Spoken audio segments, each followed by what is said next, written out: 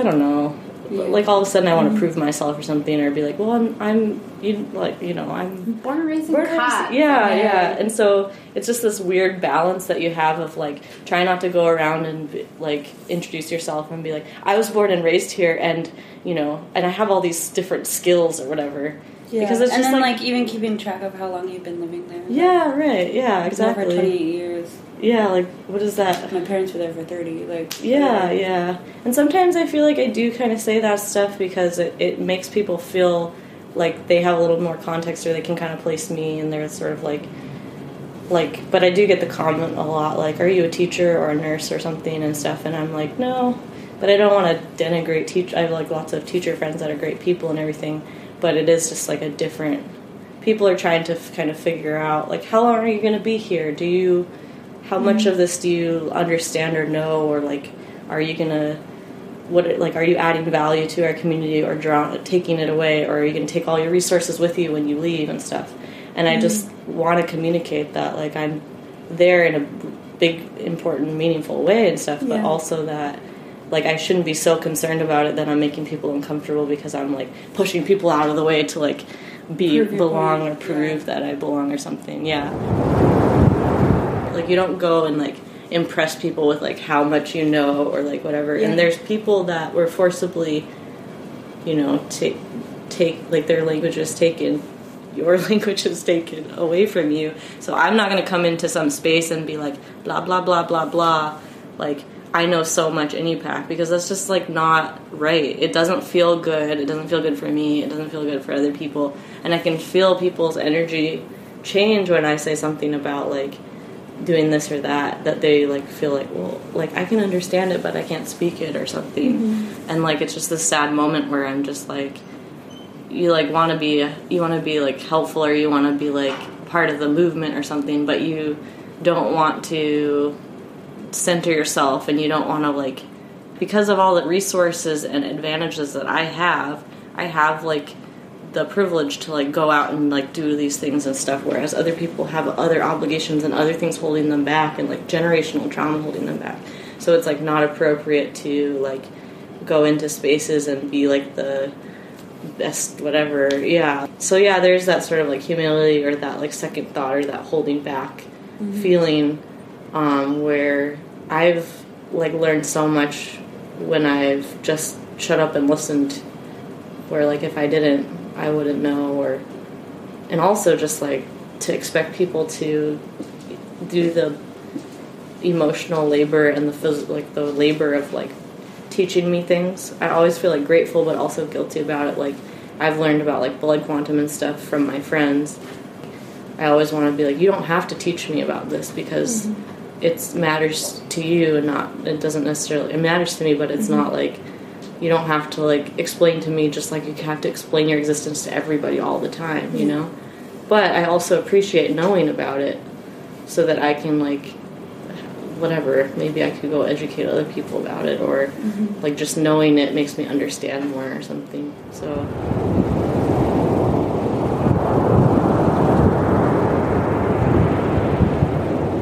That's what's interesting, too, is that, like, in terms of, like, growing up in Kotzebue, my parents, like, provided so many, like, privileges and advantages and stuff to us that I feel like I wasn't truly, like, impacted that much by, like, hurt and dysfunction and pain going on around me, but at the same time I observed it a lot, to the point where I can't ignore it, because I know different households that are, like, really struggling, or they have some kind of struggle, or there's one thing to, like, observe something going on, and then there's another to experience it.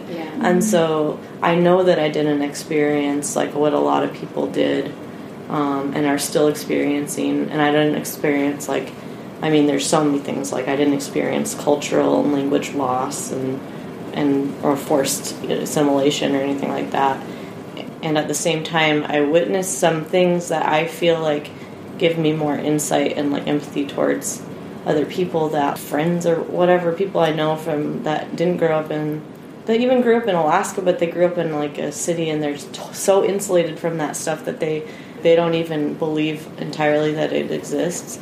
But then also when you speak about these things in these, like, dysfunctions and these hurts and these pains and stuff, it's like you don't want to like talk about them too much because it gives people that don't understand more fuel for their fire of like having disrespect and like misunderstanding of rural areas. Like, oh, that's all that's happening up there is just like ugliness and dysfunction, and it's not true. There's beauty, like there's so much beauty. Like, why would anybody live there if it wasn't, or well, some people have ancestral ties, that's why they're living there, but like why would why would people live there? And like my mom was just recently talking about, sometimes she would get these comments from people like, it's just so nice that what you do up there, like that you're just there and you're just helping or whatever. And my mom was like, she's the type of person that's not going to say something and call somebody out, but just be like, oh, thank you. But on the inside she felt like, we're getting benefit from it too. We're getting paid, right? Like, we're paid to do a job, and that's what we're choosing to do in our lives, and we love where we live, and it's not like some charity work to live there. Yeah. It's not like a mission trip or something. Like, that's the reality that they chose to live in and raise their children in. Mm-hmm. And I mean, speaking of raising their children, and they get a lot of comments like, you chose to raise your kids here, like, you're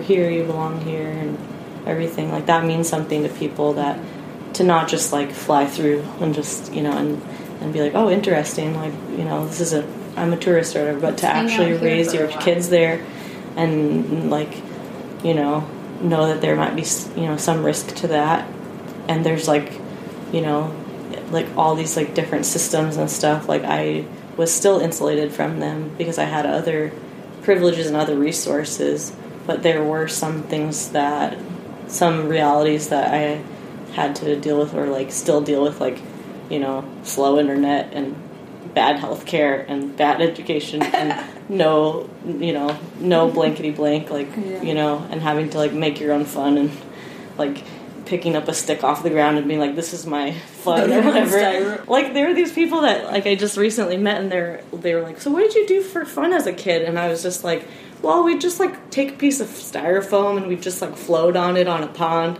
and like I was just like telling them this, and I was like, and then there was another story that was something about like going and getting like some pieces of plastic, or I don't know what we were doing or whatever, or like I was on this rescue mission with my imagination of like rescuing this like little plush like bowling pin or something, and I actually fell through the ice when I was doing that in a pond. Yikes. And I was like, I kept telling these stories, and I was like, basically we just played with trash. like that's what it really sounds like. We didn't have anything else to do but just play with trash. Yeah, man, it was so fun though. Like, my parents would just be like, you're going outside, and they'd literally lock us out of the house and be like, go have fun, and we had to use our imaginations and stuff, and that meant playing with trash. Yeah. Yeah. Like,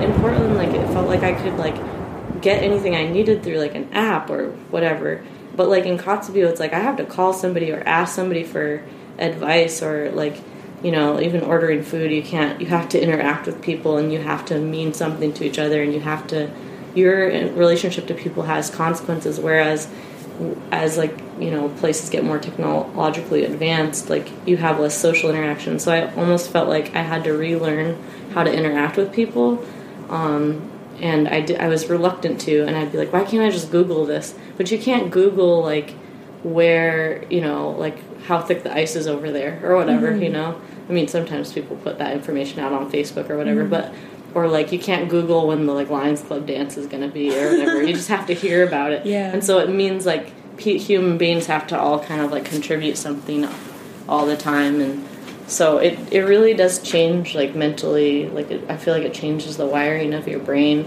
and so I started to ask around and ask people different things, and like have intercommunity reliance or something, rather than staring at my phone until I myself become a robot or whatever, and like just forget how to interact with people at all. Yeah. What would be your advice to those people? To the people coming in? Mm-hmm. Oh my God. So I wish I could like write a book that's like a guide to not being crappy, a guide to not coming into the community and being so cringy that Tiffany wants to like die. pull your hair. That's what I feel like. I think that's like could be like one of my higher purposes or something. Is it's unfortunate, but like somebody might take it more seriously coming from me if I admonish them for the way they're behaving than they would from a native person. Or if I could do like a little non-native huddle and just be like, listen guys, you're just, when you come in here and in 2 weeks you think you have the whole community figured out, that's not okay. Or like when you come in and you take a spot in a cultural class or language class from somebody else, or you have, or maybe you didn't take it from somebody else literally, but you have the resources to do so, just acknowledge that you have that extra disposable income to spend on like an INUPAC class, so that you can kind of like, because it's a fun thing that you do, make sure that you acknowledge the fact that there are people that want to learn their language and they don't have that kind of resource. I just wish people would acknowledge like the freedom and mobility that they have, even for the fact that they're coming into a community. And like, because people are so generous, and like some people are like, some people will make others uncomfortable and stuff because they, make some comment or something or whatever. But for the most part, people are extremely generous and welcoming and like, come participate in this, or come see how we do it or whatever. And like, just because people are being generous doesn't mean that you need to take advantage of it, or just doesn't mean that you need to like use it for personal benefit and then turn around and like have all these criticisms and stuff too.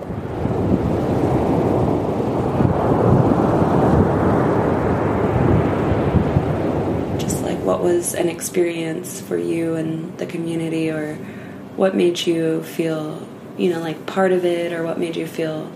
Oh my gosh, such a good example. I was volunteering for the 440, and that was really, really fun, and it's just like it's springtime, and it's fun for everybody and everything. Real quick, just say what 440 is. Oh, yeah. The Kobuk 440, like, sled dog race. It's a mid-distance race from Kotzebue to Kobuk and back. Mm-hmm. And that actually, the very start of the 440 coincided with, like, this poem that I wrote that won a prize being published in the Fairbanks Daily News Miner. So I shared that on my social media, or on my Facebook, and I got so many comments on it, and people were like, congratulations, wow, this is so great, I love it, blah, blah, blah. It was so, like, just got lots of not good reactions. No, it was horrible. No, but I was, like, nervous to share because, again, like I said earlier, like, it's vulnerable for me to be like, I like poetry and I think it's cool, and, like, this is how I think.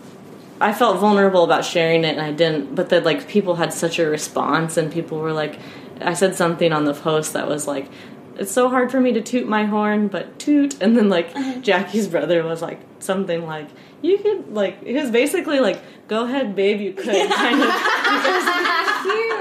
Because he was just like, sometimes you just gotta do what you do and, like, let people know about it. And other people were like, go ahead and toot away and stuff. And so it was so nice. And then, like, what was just remarkable about it was that, like, as I, like, was walking around town, like, people would be like, hey, like, congratulations on your poem. And, like, I actually said to somebody, I was out on the ice watching the snow go race that happens during the 440, and I was talking to a friend, and I was, like, kind of being self-deprecating as usual, and I was like, I'm so uncomfortable because I don't know anything about racing. I'm just out here on the ice pretending like I know what I'm talking about. Like, oh yeah, the belt really burned up, and yeah, he had to scratch. Like, I was just trying to like act like I was like comfortable being there, and I was like, and I was just like, Eddie, my parents had to make us so different. Like, I wasn't even allowed to go on snow goes or anything, and like we had to be so. And she was talking about how she had a basketball tournament later, and I was like, I wish I could play basketball. I can't even do that or whatever. And I was like, all I can do is like write a poem, and nobody cares about that. And then she was like, people do care about that, and they really like it. And I was just like, oh my gosh, like that's just, I don't know.